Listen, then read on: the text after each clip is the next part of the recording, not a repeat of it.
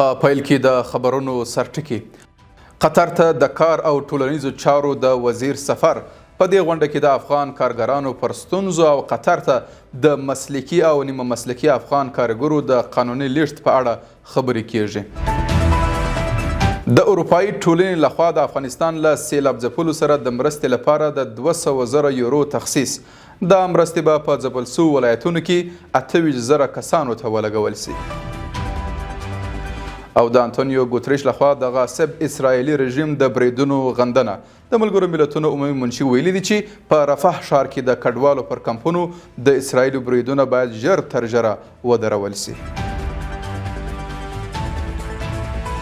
د لوی خدای په نامه سلامونه، وخت مو په خیر. د اروج څیړنیزې او خپرندویي ادارې لخوا د نن ورځ خبرونو ته ښه راغلاست. نن سه شنبه د 1403 کال د غبرګولې میاشتې 8مه نیټه ده.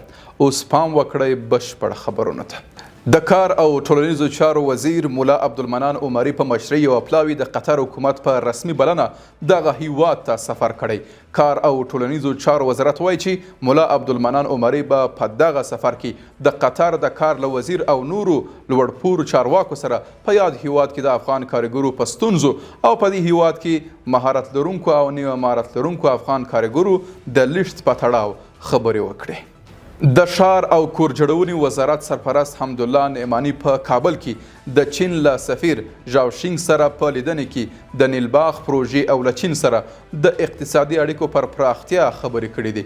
د ښار او کور جوړونې وزارت په خبرپاڼه کې راغلی چې ښاغلي نعماني په دې کتنې کې د چین له سفیر څخه وغوښتل چې له 10,000 کورونو څخه چې 1,400 د نیلباغ په پروژه کې جوړیږي، پاته نور باید د نوي کابل په پروژه کې جوړ شي. او په یو بل خبر کې اروپایي ټولنې د یوې خبرپاڼې په خپرولو سره ویلي چې له افغان سیلاب ځپلو سره د مرستو په موخه 200,000 یورو ځانګړې کړي دي. په خبرپاڼه کې راغلي چې دغه مرستې به د روغتیایي خدمتونو، د کور وسایلو او نقدي مرستو په برخو کې ولګول شي. د اروپایي اتحادیې په وینا دغه مرستې افغانستان کې د سیلاب ځپلو سیمو شاوخوا 28,000 کسانو لپاره ځانګړې شوي دي.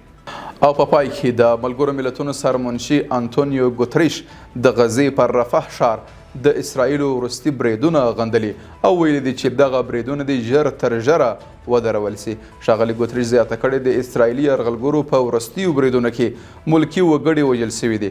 دا په داسې حال کې ده چې له څو ورځو راهیسې صهیونیستي رژیم په رفح ښار کې د کډوالو په مشتغالو پراخ هوایي بریدونه پیل کړي چې له امله یې په سلګونو بېګناه فلسطینیان شهیدان او په لسګونه نور ژوبل شوي دي. قدرمنو لیدونکو له ملتیا مو مننه. تر بیا ښه وخت او ښې چارې.